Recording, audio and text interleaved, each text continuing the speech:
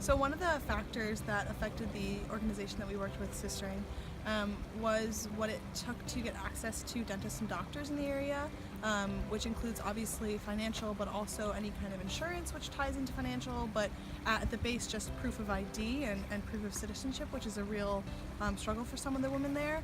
And the way that Sistering dealt with that is that they provided kind of drop-in hours to dentists and doctors every day, or every couple days a week, and made it available to the women there to try to take away some of those barriers to get the women the care that they really needed and had no other way of getting, whether that be because they couldn't afford it or they couldn't get any kind of ID to even get admitted into an office. There were various things that could have kept them from getting that, but Sistering made it a real priority to make it available to them.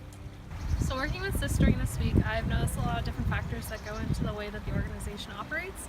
In particular, I noticed the women's socioeconomic statuses really come into play with the way that they're treated, and then the way things are operated and taken into account with the organization. A lot of the women there face a lot of homelessness, food insecurity, and also deal with a lot of mental health issues, and so this is definitely something that is brought to concern with the people working for Sistering. One of the more meaningful experiences I had, there were quite a few. I really enjoyed talking to the people who work behind the scenes. I'd say when I realized that a lot of the people we were working with in the kitchen when we were doing food prep, there were quite a few of those people that had once been clients at Sistering, and then once they got on their feet, they decided to become volunteers. Also, I think I truly enjoyed having the tactile one-on-one experience with the women when we were doing the manicures and the hand massages. Not so much because of how much fun it was, which it was, but also because it meant a great deal to them.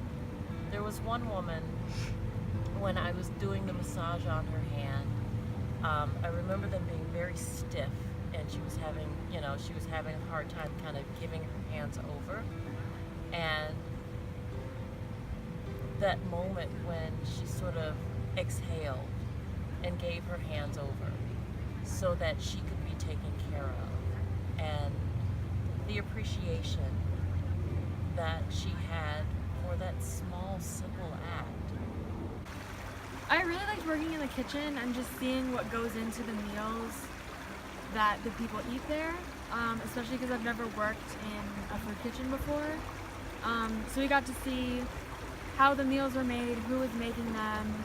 We got to see the pantry, how they got the food, and then we got to eat the food as well. So really seeing that process and seeing how much love goes into the work they do at Sistering was really cool for me to see. The most meaningful experience for me was definitely doing manicures for the women, because just taking a little bit of time out of our day to give them some extra care meant a lot more to them than we could even perceive. But it was nice to just sit and get a chance to talk with some of the women whose lives we were changing. So what I'd like someone back at IC to know about my break, and what I'd like to take back with me, is just this idea of a really well thought out business model, business plan. Every part of Sistering's program was intentional for the community that it serves. They went into this community and they asked, like, what do you need? What can we do for these women? Rather than coming in as an outsider and saying, okay, I'm going to do this for you, I'm going to do this for you. This was a really meaningful experience, and it definitely is not like I'm giving up my spring break, like this sucks. Like, it was definitely a great balance of I'm doing something for people and I'm also having a good time doing it.